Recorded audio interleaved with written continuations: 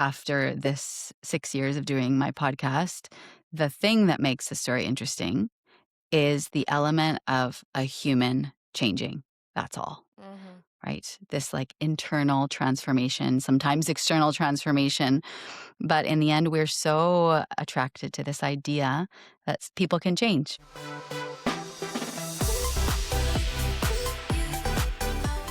Welcome to Extraordinary Stories. I'm your host, Forbes Shannon, and with me, Christine Butler. and our guest today is coming all the way from Barcelona. She's a speaking and communications expert, not even like helping companies where they speak English outward, but Yeah. I don't even understand how you're able to manage the language barriers when it comes to speaking. I can barely handle speaking English myself. She also runs a very successful podcast with 2 million downloads called Into the Story. Bree, Aesie. Bree, thanks for being here. Welcome. Thank you so much for inviting me. I'm really excited to speak with the two of you today. So you were nominated by Aaron Bear. How do you know Aaron? I opened my email some months, maybe weeks ago, and I had an email from someone saying, I have the perfect storyteller for you, for your podcast. And it was Aaron. I get a lot of those emails every day, like a lot. And I clicked on it, read it quickly, and I was like, yeah, I have to now. I have to talk to this guy. And he came on my podcast and told a very, very touching story. And then we had a conversation after the story going into his book. And then after recording, we continued speaking a little bit. And we just, when you're on the same, you have, good energy, good vibes with someone, and you kind of double click on different things that they're saying, and you're like, yes, I agree with what you're saying, and it really resonates with me. So that's how I know Aaron, and yeah, here I am. I've been invited to come on this podcast, and it's a lot of fun. I love talking to other storytellers. Now, let me ask, when you say you get those emails a lot, does that mean that there's a lot of people who think they're really good storytellers? That's a good question. And then you get under the hood and there's some work to be done? Yeah, that's a really good question. That's a question I've been asking myself, and I think it's that a lot of people have a book or a thing to push, right? We both know that. We all know that. And they say, I have this great story for you. And then they say, this is my story. And I wrote this book and it talks about this. And I can, give you a framework on these three things or a to-do list on these three things, which is not a story, right? At all. So that's basically, I think that's probably what's going on. I also spend a lot of work with most people to form their stories because most people actually I certainly didn't really know how, like, what makes a compelling story, what makes something interesting to listen to. And if I can just share with you, after this 6 years of doing my podcast, the thing that makes the story interesting is the element of a human changing. That's all. Right? This like internal transformation, sometimes external transformation. But in the end, we're so attracted to this idea that people can change because then we see ourselves in that and we project that if they can change in whatever respect it was, like whatever I am moving forward to right now, I can do that as well. So that's a long answer to a short question, but there you have it. No, that's a beautiful summary for what a story is. Yeah. And I'm so curious, just because you're a master storyteller, what's your favorite story? Your favorite book? My favorite book, that's a really good question.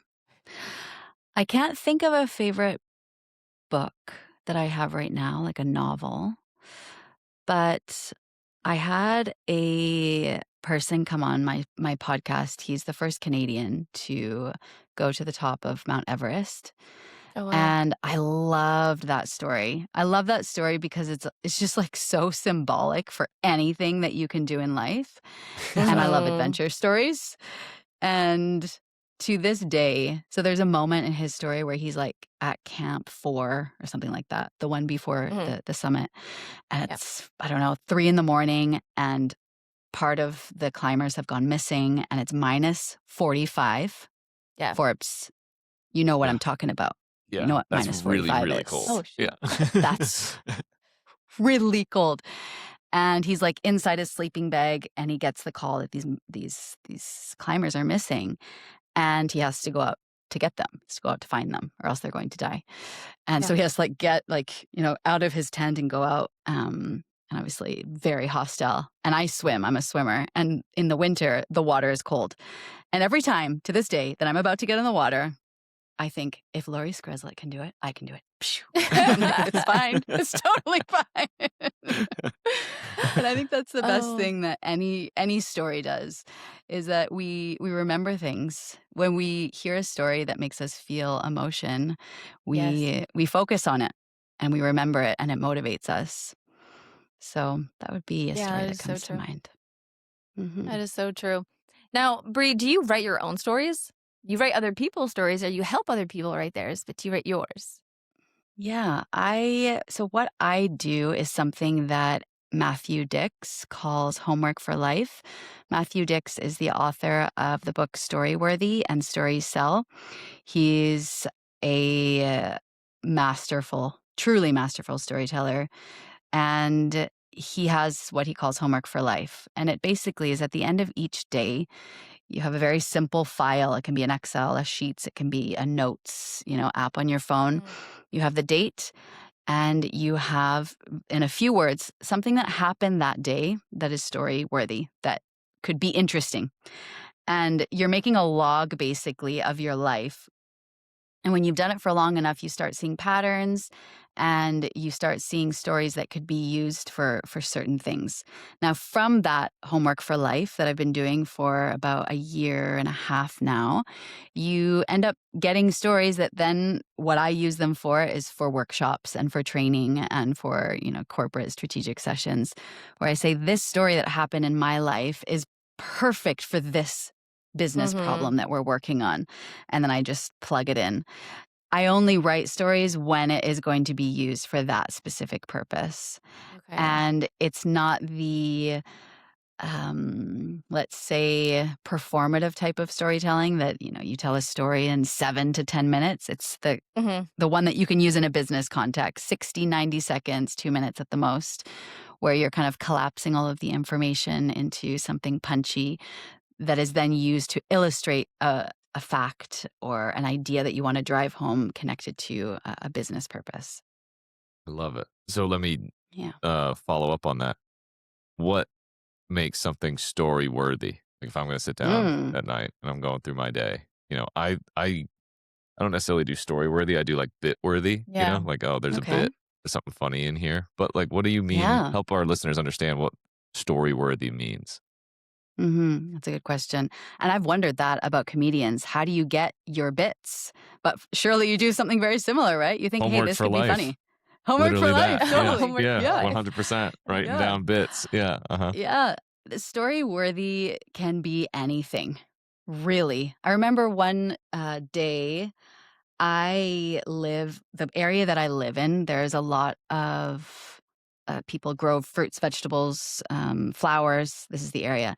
And there's this one place, so there's garden centers everywhere. I love garden centers, but they're so expensive. You go in and everything's really nice. And next to the Yeah. garden center is the wholesaler, where I know things are cheaper.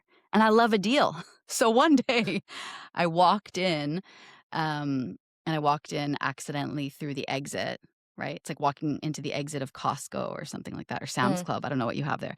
But and then someone was like, "You're in, like, lady, like, what's wrong with you?" And so I like tried to get out, but then I hit over this big tray, and I was like, "Oh my God, everybody knows that I'm not I'm not an industry person." So this was like a very stupid moment, and I remember that being one of my homework for life because it was memorable to me. Yeah. Something happened. So that could be story worthy. Another story worthy thing could be, I remember last night I was with my my 7-year-old, and I picked him up, And I was just like rubbing, like he has long hair. So I was like kind of stroking his hair. And I was thinking, oh my gosh, like how many more of these do I have? You Right. know? Oh, that's so And relatable. it was just this really poignant moment for me. And it was truly like, it is, we're nearing, I don't know when it's going to happen, the change when he no longer wants Yes. to be around me. The last time you can pick But them up that, or whatever. yeah. But that type of moment is story worthy because I felt emotion, like I felt something real.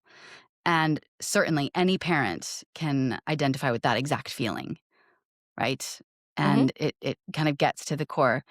Really, Forbes, anything that you think, oh, that's interesting. I felt something there. That was embarrassing. That was scary. Or other times there'll be bigger things. Like sometimes big things happen to us, right? For the good or for the bad. But I think the better moments are the quieter ones where there's something that Yeah. happens inside internally. Yeah, Did I I think did the that did that human answer the moments. question? Oh, Yeah. yeah. The Very human well. ones. Yeah. How do you balance like relatability? Like, is that something that you even Mm. think about? Because you know, you said that people relate to an emotion, right? But are you just Mhm. focused on like your story and you worry about the relatability after the fact, or is relatability something at the forefront? That's a really good question, and that's something that since I've really dove into this dove in? Is that a word? It's just No. dove, Dove. I think. It's just dove. Dove. Yeah, it's Look just at us, a bunch dove. of writers that don't know. You Yeah. know what? We're too close to the painting. Dove. Since I've dove into this world of storytelling and used my own stories, I I kind of had blind faith. At first, I listened to stories and I loved them. I just love there's something about listening to a story. I'll tell you a story. When I first lived here, I was very homesick. And well, for the first years, I was like, everything's so exotic. You're in the honeymoon phase. But then there was a time where I was like, I'm just really far from home and I'm setting up my life here. And that feels kind of scary. Like I'm very close with my family. And I remember during that time I started listening to podcasts and I listened to the Moth podcast. And that's basically people telling true stories live. Yeah. And it made me feel so close to because they are and these are people from the States. It's very similar, obviously, to my culture in Canada. Just made me feel closer to them. And there were stories about all different things that I could not relate with at all, and things that I can completely relate with. And I loved all of them. So that's why I started believing. I also studied psychology. So I started believing like this is a very valid form of communication. And then when I started using it myself professionally, every single time you go to tell a personal story, it's terrifying. It Yeah. feels like first of all, it's high stakes, not as high Mm. stakes as comedy, but it is in a certain way also high stakes because you're putting something out there that's vulnerable and real and it's not on point. You're not talking about numbers and data and da da da da da.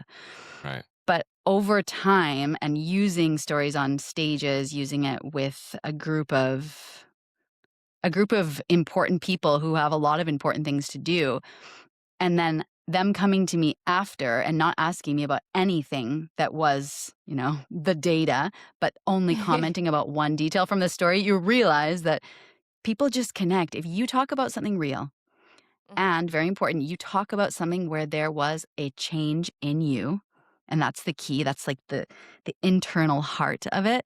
People will connect with it. Don't worry about relatability. If it's real and there was change, use it. Okay. So let me ask, what changed in you that made you go all the way from Canada to Barcelona? Yeah. Like, what was that leap Tell us like? that. Yeah.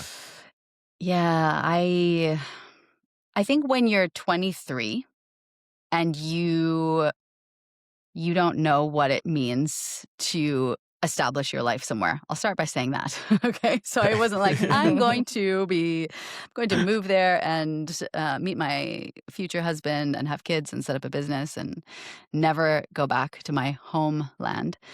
But what was happening was that I had finished university and my mom was living in Florence at the time.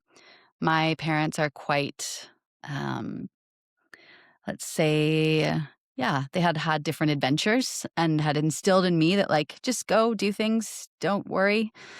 So I just started backpacking around Europe, and then I was like, Barcelona's great. I should just try to go there for a year. So I stayed there in the city for a year, met my husband during that time, and didn't have papers. So I was completely illegal, which is very uncomfortable to not have papers somewhere. Yeah. And so it wasn't like one big transformation, but just like a lot of different decisions. I guess like anything in life, right? You're like, how did I get here? You look back and there's these like moments of inflection where you made different decisions. But I certainly didn't intend for it to happen. I do meet expats, and some of them are like running away from something, and I just ended up here, I guess we could say. You just wandered into Barcelona and never left. That's exactly what happened. Not a good answer, but No, that's a great answer. It's funny. The story changes over time, right? Like you can look back and say, I met my husband there. But until he was your husband, it was I met a dude, which has like less conviction to it. You know, like Yeah. did you know when you met him that he was going to be your husband, or what was that like? So when I met him, it was a dinner. I went with one of my roommates to a going away dinner of a friend of his. My roommate was like a big shot photographer for the main newspaper in town, and we used to have lots of fun adventures. He would take me places, and we did lots of fun things. He took me to this dinner, and my husband, well, the dude, we could say, came to the dinner, the dude. And after the dinner, he was like, hey, ¿qué tal? We could do a language exchange. Like, I could teach you Spanish and you could teach me English. And I wasn't sure. Very clever. I wasn't sure. That's a smooth move. I was going to say, that's like smooth, girl. That is smooth. And we went out on our first date. Well, we went out on our first language exchange, and I wasn't sure if it was actually like, are we practicing language here? Obviously now, with the brain that I have now, I'm like, obviously.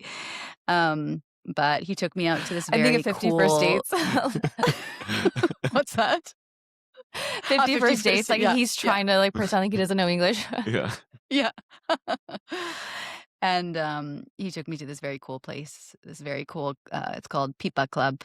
It was this old flat. It was an apartment that someone had turned into like a pub. And you like go in and you're sitting in different living rooms and things.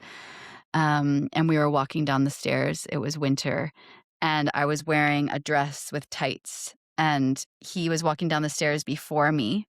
Like he was in front of me. And he turns around to me and he touches my leg to signal to my tights, and he says in broken English, "Are your panties warm?" But he was trying to say, "Are your tights warm enough? Because it's cold. Are you cold?" outside." Yeah. And I was like, "We are on a date." That's when you knew. That's when I knew. Anyways, so that's how I met Raul. Oh, very cool. That's awesome. And now you have 2 kiddos. And now I've got 2 kiddos. Any more?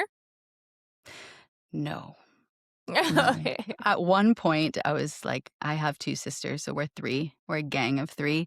And I was like, that's the best, to be 3. It's just so fun. I mean, 2 is boring. 3, that's great. And then I had my second child, Aritz, and he is wild in every sense of the word. And I was like, I can't have a life and not go insane, have a career, have a social life, and have another child. So I've slowly let that door close, but in another lifetime. You know, it's so undervalued, the decisions that moms have to make all day, every day, 24/7, right? Like you have your mom box, you have your you box, you have your wife box, so many boxes you have to play, right? How do you balance all of that on top of what you do? I don't. Full stop. I wake up very early. I have not watched Netflix in 7 years. That's how I balance it. Any bad habit that I had, I never had bad habits, but for even drinking wine, a glass of wine, I just don't even do it anymore. I'm like, no, not worth it. I'm not. I'm just like zero alcohol. I can't afford any. Well, one thing, I can't afford any missed moments. Like, I really want to be present for all of this. Anything that takes me away from being like 100% present, I'm like, not interested. Like, why would I want to drink alcohol, for example? Not to get into that conversation, but I don't want to be more dull. I want to be more alive and present as much as I can for each moment. Yes. So, wife, friend, corporate trainer, all of these things. I think it's having time blocks, being as present as you can for that amount of time, and then in the transition period, doing it quickly. My kids, when they get home, in 20, 25 minutes, it'll be really hard for me to close my computer because I have a lot of things that I need to finish. Yeah. But I know that in that transition, if I linger and try to do more of what I'm doing now, it won't be worse. It's like transition to the next thing and then be there and like resist all urges to go back to the last space of, hey, I could just open my phone right now and I could just do this thing and then I would get ahead. It's like, nope, you're not getting ahead. That time box is done. You're here now. That's hard. I think that takes discipline. What would you say? Because you're also That's in a the lot same like boat. telling a story. Just to build on your idea there is, transition and be there. Like the worst story is when someone is just, they backtrack and then they're back and then they backtrack and then they're here. It's like, no, go to the meandering. new scene and commit. Flow. Commit to the new scene. Yeah, right. Oh, I think that Mhm. that is such a good way that you put it, the way you articulated that. Because, like, as a mom, I'm literally doing everything, starting a business, doing this, doing that. And I find myself being like, okay, while I watch him play tennis, maybe I can get something done on my laptop. But then I feel so crappy about it. Like, I don't want to be the mom with the laptop, you know? So I'm Yeah. finding that balance, or to shut the Yeah. chapter. Yeah. Yeah. Nice. Yeah. It'll take what we definite can. discipline. But as somebody who doesn't have any kids yet, I see many in your future, Forbes. Yeah. But how do you balance it? Well, I mean, that hard transition thing just hit home for sure because I've gotten a lot better at closing the computer. And to your point about being present, like I want to be present in everything that I do. You know, in these podcasts, you're hyper present, right? Like you're listening to everything that's being said so that you can connect the dots and help craft a compelling story. But then, I think the balance that I have is also giving that same discipline to listening to myself. Like I meditate like ruthlessly, like there's some non-negotiables kind of in my day. Like you were saying, like your yoga, like there are some things where, and I just said, 3 times. I'm really working on that. Um, so I I'm really focused on committing to my own listening. That's like the balance of it. Yeah. Yeah, that for one's hard to sure. do. Yeah, Yeah. it's very hard to do not until, I would say, and it's very hard to do. And when you state it clearly that that's part of what you're here to do is to be in the moments, it makes it kind of easier because like, should I grab my phone and do the thing? Should I open my laptop? It's like, well, that's not the point. That's not what I'm doing here, really. Right. Maybe it will scratch the itch that I have, which is a whole other can of worms, but it's not going to be part of what I really need to be doing here. When my dad passed away 11 years ago now, and one of the gifts that I got in that was we had a year together, which is really amazing to have a year with someone and to live alongside someone who's dying. And we had so many amazing conversations. And he said to me, there is no prize. Like, there isn't. Like, everyone tells you that. We know no one's giving you a medal at the end. He said, it's just moments. He's like, I look back now and it's like a catalog of moments Yeah. And that's all. So after that, I went into Vipassana meditation retreats, like really trying to come to grips with like, how am I supposed to live in the moment? Like, I got things to do. I got plans. Like, Right. I'm a planner. So like getting and like really forcing yourself to be in the moment, meditating, all these things. I think it's an important pursuit. I know it's an important pursuit. Yeah. Yeah. Yeah. That's the Yeah. first thing I do every single morning. I go outside and I meditate and do some yoga. Otherwise, it won't be a good day. Yeah. It's just Yeah, how I totally. have to start my day. Well, as it relates to being in the present, this is something that, Amber, my girlfriend, and I have noticed is we go on these adventures and then the next day, just zero photo evidence. Yeah. And there's pros and there's cons to that. We throw our phones away, Yeah. which is a pro. Yep. We're so present. But I do think I need to be better about, is this story worthy cataloging those photos? Bree, like, do you take a bunch of pictures or do you have the same kind of feeling I do? Yeah, I hate my phone. I'm like, I have no social media. I don't take pictures. So I definitely, for me, I don't take photos. But Raul, my husband, is an incredible photographer. Awesome. And Okay. he You got it made. takes, yeah, I got it made. So he takes photos. Sometimes you like go into a gallery or you go into someone's house and there's like that big coffee table book and it's all like street art of just like stolen moments. Those are the photos that he takes. So it's like, I love it, right? So we're doing something and he does it so quick. He like grabs his phone. He just sees it. Like he has this thing. He's an engineer and he somehow sees the moment, captures it. And then at some point later, he will go through and make a selection and then send them to me. So it's perfect. Oh, I love that. It is really I would love nice to that. have those moments like captured. I would love that. See, all of my photos with Aaron are blurry or like they're just because we do the same thing. We're just like in the moment, like skydiving or Yeah. whatever. I love that. Yeah. So, are you an adrenaline junkie? I know you said you like to hike, but like you seem to love adventure. What kind of adventures? I am not I'm not a risk adverse person at all. My dad, when I was little, he would be like, yeah, keep climbing the tree. He's like, no, keep climbing until you can feel the branches bending. Like, just keep going. Yeah. So I was very much encouraged to, like, risk is not a thing. The only reason I do not call myself an adrenaline junkie is because I have two sisters, the oldest and then the middle one. The middle one, it's always the middle one. You notice that? Yeah. The middle In one, the middle. she's an adrenaline junkie. Skydiving, cave diving, other, let's say, risky pursuits of other nature. And I'm not there. They took me to Vegas for my 21st birthday and I like arrived on my flight from Victoria. They arrived from Calgary and I'm there at the hotel, like waiting for my sisters and they call me and I'm like, hey guys, where are you? They're like, we're in San Francisco. We're not going to make it tonight. We'll see you tomorrow. It was a story, an adrenaline laden That's so story. That's just one example of my sisters, but I like adventure, but not perhaps compared to other people. Yeah, that's so funny. And it is always the middle child. I also have two sisters. I'm the third or the middle of the three. Yeah. And yeah, you've got it spot on. Like it's always the middle kid who's let's do something wild. Yeah.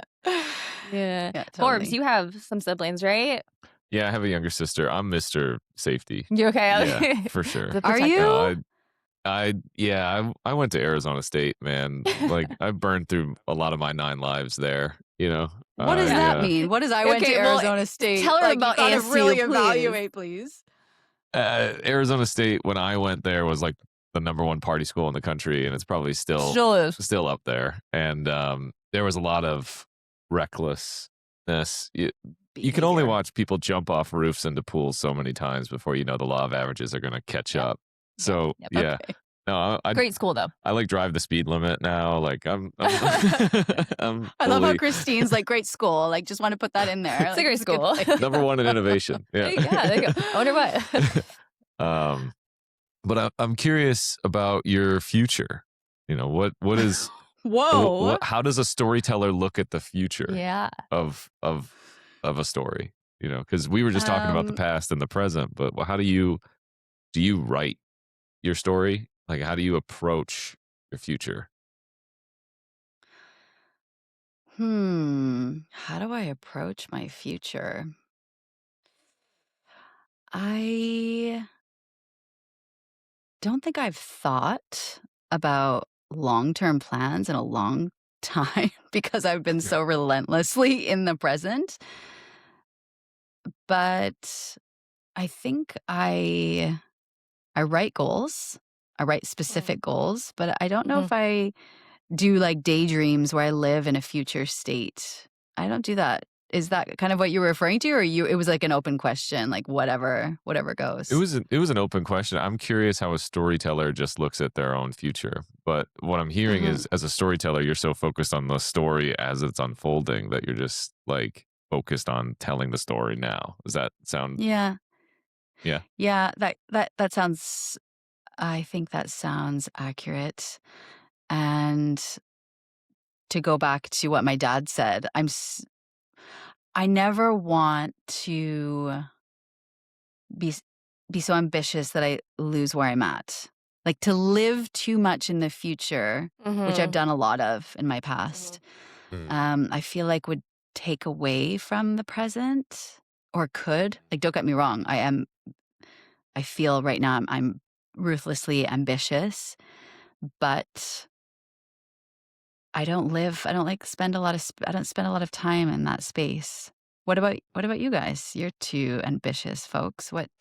How do you think about your futures? Um, well, now I share a life with Aaron, Bear, and so he and I actually do this fun thing where we'll write, what we want in life, like how we envision it, and then we'll write the story Mhm. together. So we have like a little mini story of what Mm. our life's gonna look like, and it'll change from Mhm. time to time. Like, oh, maybe it's not a lake house, maybe it's a beach house, but it's just a fun kind of thing that we do. We write about our future and just live in the now, but write about our future.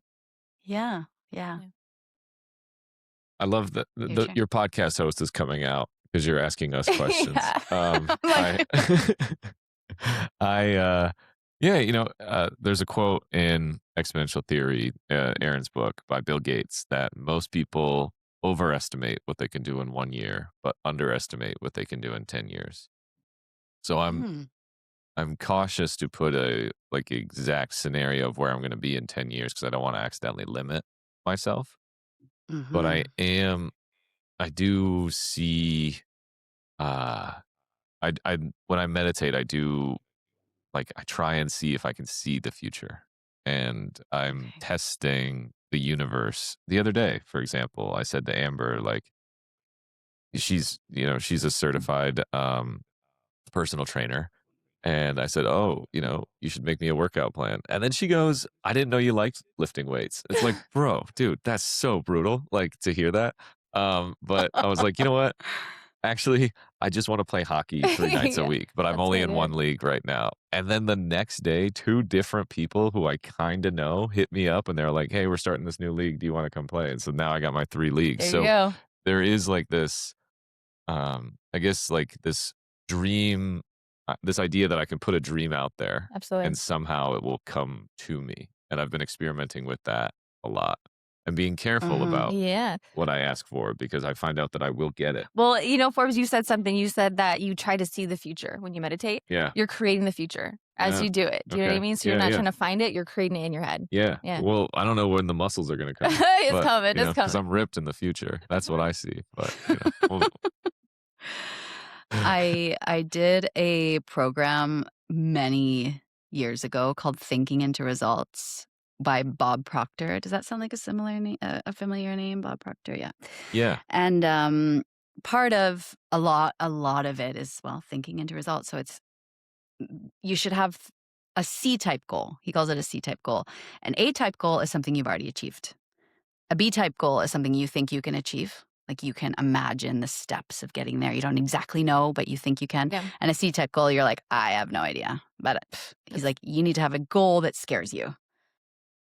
yeah, it's that delirious or delusional Yeah. ambition. Uh-huh. Yeah. Yeah, Hmm. for sure. I have no problem with the delusion. Yeah. Yeah, I excel in delusion, for sure. Yeah. Bree, we ask this question to everybody that comes on Extraordinary Stories. If there was one piece of advice our listeners could take today to help live more extraordinarily like Bree, what would it be? Advice. I did a coaching session recently with this really incredible woman. And she did this funny thing that I loved, and I've been using it daily ever since. And we did this session online, and she like pulls out this wand. It's like a wand, this one's where it's like a tube full of water with glitter in it. Ah, And she I know like what you're talking turns about. it like this. Mhm. Uh-huh, uh-huh. And she said, if you could have something, like what would you have? Just if you could have a wish, if you could have anything, just and then imagine it's easy. Like just do it. Like take this and what would it be? And I know that sounds very simple, Mhm. but that would be one thing. She also had another thing, which was a button, which was a that was easy button from Staples. Do you remember this? Yeah, That was yeah, yeah. easy.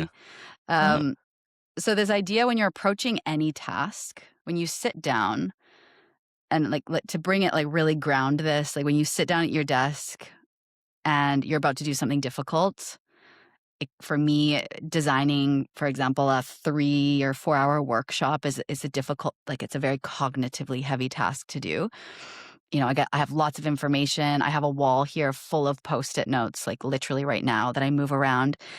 And instead of thinking like this is difficult to achieve or this is difficult to do, I like choose one of those two tools. Like either like the magic wand where like I could just have what I want, or another button that's like, what if this could be really easy? Like, what Yeah. if I'm making it difficult and it's just like, this is Yeah. easy? Wouldn't that be 100%. great? So maybe that would be some advice that I could, I mean, give, taken, borrowed advice that I got from a very inspiring coach. That's great. Yeah. No, thank you. I needed to hear that. I love making things hard for myself, man. I don't know why I do that. We all Yeah. do. We all do. We all do. We all do. And I'll add like just a short note about AI.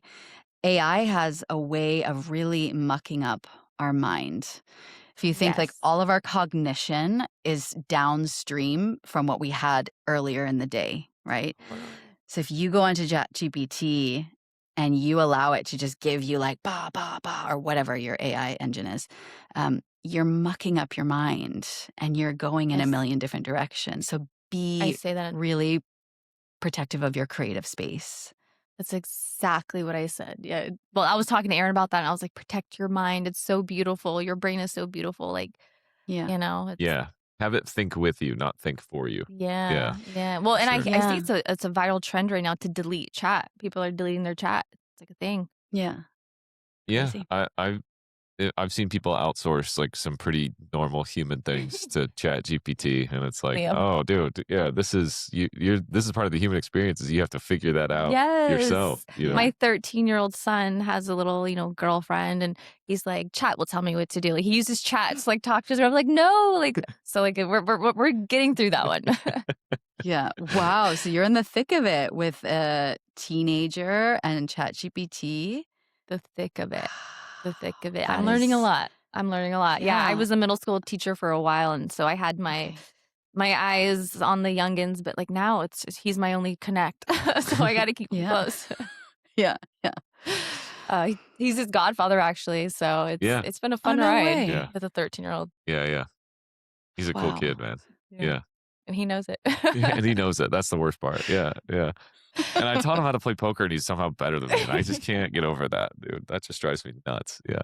Oh my gosh. Oh, My it's funny. 7-year-old beat me at chess, so I think Oh. Sounds like that's not a good sign for me. Or it's a really good sign for him. Was it the end of the Or day it's a though? really good sign for him. I like that. Or it's a really good It sign. is, it is. That's awesome. Bree, this was awesome. Thank you so much. All of our listeners can read more about Bree Aesie and Into the Story at joinextraordinary.com. That's joinextraordinary.com. I'm Forbes Shannon. I'm Christine Butler. Bree Aesie, thank you so much for Thank being you here. so much. Thank you so much for having me. I had a lot of fun.